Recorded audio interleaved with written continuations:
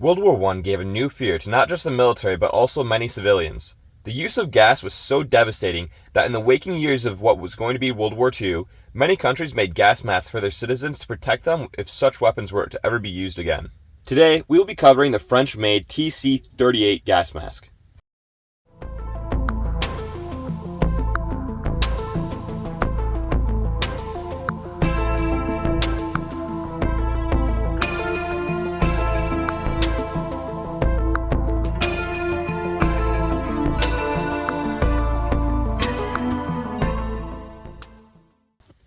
The TC-38 was a gas mask made for French civilian use. This meant not only the everyday citizen, but also for civil defense groups.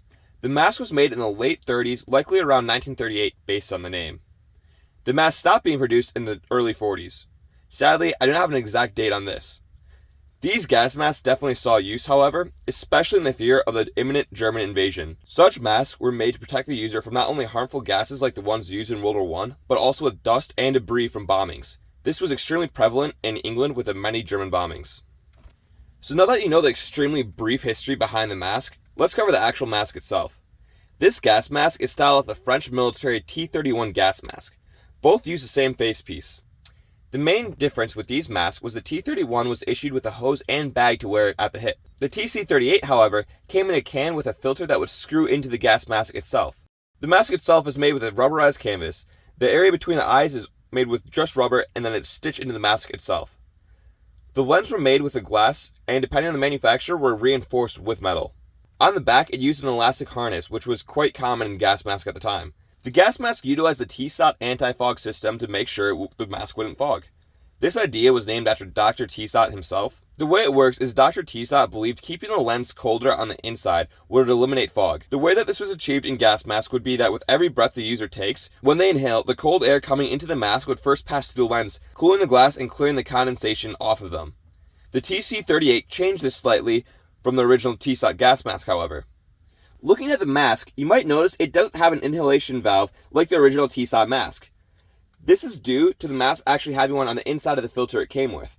Looking at this diagram on the screen, you can see how the cool air from inhaling would be redirected towards the lens using the valves. So in the very rare case that this video makes you want to buy one of these masks, let's go over the sizes they came in. The size is labeled on the side of the mask. Here it will be marked either GT, TO, PT, or TPT. So what does this mean?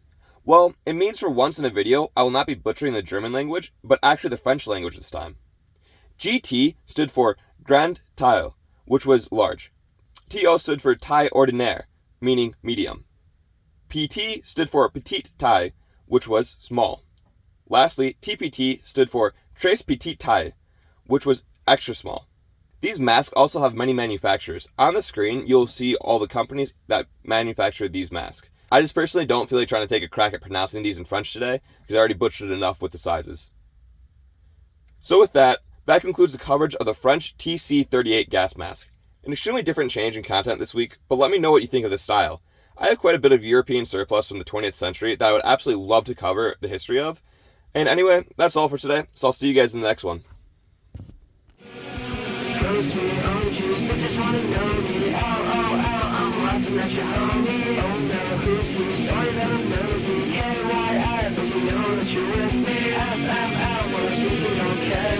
SOS, I think I really